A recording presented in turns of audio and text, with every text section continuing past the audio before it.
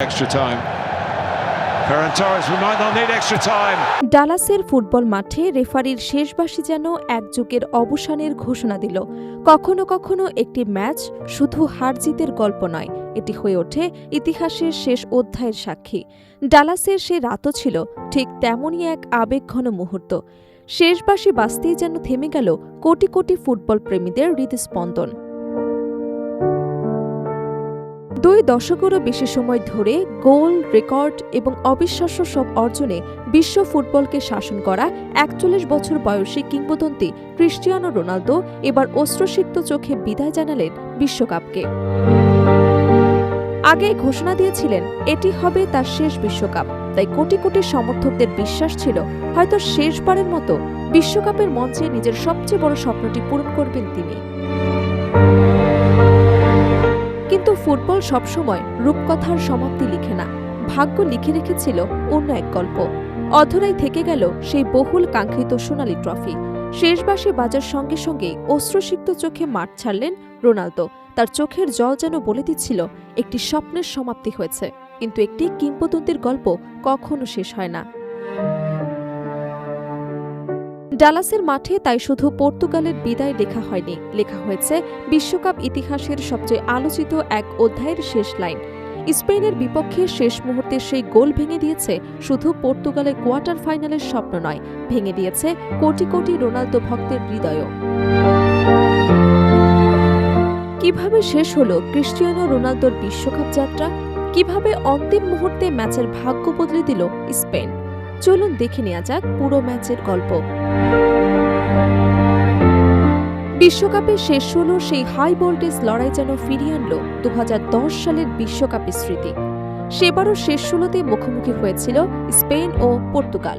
একমাত্র গোলে জিতে কোয়ার্টার ফাইনালে উঠেছিল স্পেন। 16 বছর পর ইতিহাস যেন আবারও নিজেকে পুনরাবৃত্তি করল। এবারও শেষ ষোলোতে, এবারও মাত্র 1 গোলের ব্যবধানে, আর এবারও বিদায় নিতে হল রোনালদোর পর্তুগালকে। ম্যাচের শুরু থেকে আক্রমণাত্মক ফুটবল খেলতে থাকে স্পেন। 3য় মিনিটে ড্যানি ওলমোর নিখুঁত পাস থেকে গোলের সুবর্ণ সুযোগ পান মাইকেল ওয়ারজাবাল।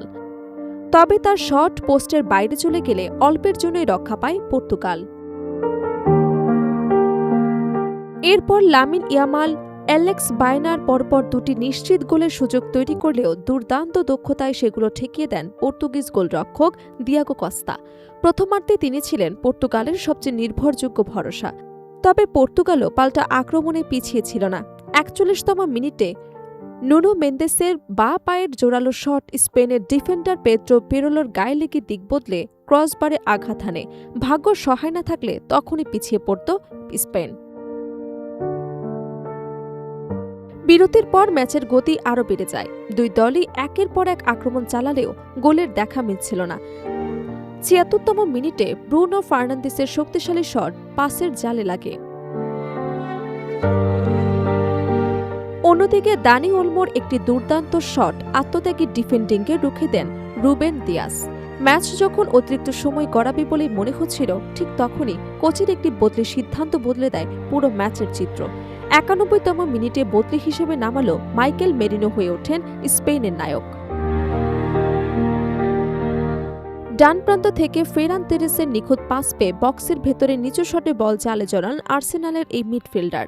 দিয়েগো কস্তা সর্বোচ্চ চেষ্টা করেও বল স্পর্শ করতে পারেননি। সেই একমাত্র গোলে নিশ্চিত হয় স্পেনের কোয়ার্টার ফাইনাল। গোল হজমের পর শেষ কয়েক মিনিটে মরিয়া হয়ে ওঠে পর্তুগাল। রোনালদো শেষবারের মতো সমতা ফেরানোর চেষ্টা করেন, কিন্তু স্পেনের সংগঠিত রক্ষণভাগ আর গোলরক্ষণের দৃঢ়তায় কোনো সুযোগই কাজে লাগাতে পারেনি পর্তুগিজরা। শেষ বাঁশি বাজার সঙ্গে সঙ্গে স্পেনের খেলোয়াড়রা যখন জয়ের উল্লাসে মেতে ওঠেন, তখন মাঠের অন্য প্রান্তে নীরবে দাঁড়িয়েছিলেন ক্রিস্টিয়ানো রোনালদো। কিছুক্ষণ পর আর নিজের আবেগ ধরে রাখতে পারেননি তিনি। চোখের জল মুছতে মুছতে বিশ্বকাপকে বিদায় জানালো ফুটবল ইতিহাসের অন্যতম সেরা এই কিংবদন্তি। সব মিলিয়ে বিশ্বকাপ ট্রফি হয়তো তার হাতে উঠল না, কিন্তু ফুটবলকে তিনি যা দিয়েছেন তা কোনো শিরোপা দিয়ে মাপা সম্ভব না। ডালাসের সেই রাত তাই শুধু স্পেনের কোয়ার্টার ফাইনালে ওঠার গল্প নয়, এটি বিশ্ব ফুটবলের এক মহাতারকার বিশ্বকাপ অধ্যায়ের শেষ পৃষ্ঠা হয়ে ইতিহাসে লেখা থাকবে।